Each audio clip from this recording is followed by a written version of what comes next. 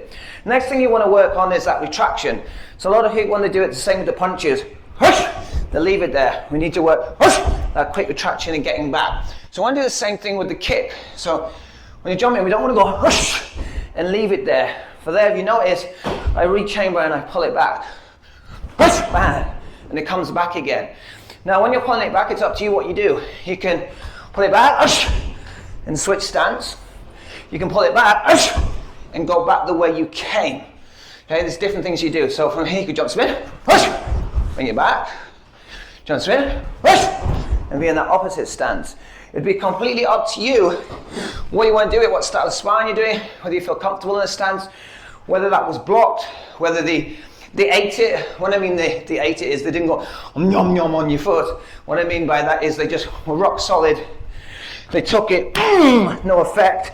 They bit down on the gum shield and they're coming at you. So from there, you need that recovery. You can't be blast or what to do because you're in hit range. So from there, it's like blast, didn't work. Get back out again and then move, okay? And that has been your jump, spinning, side kick.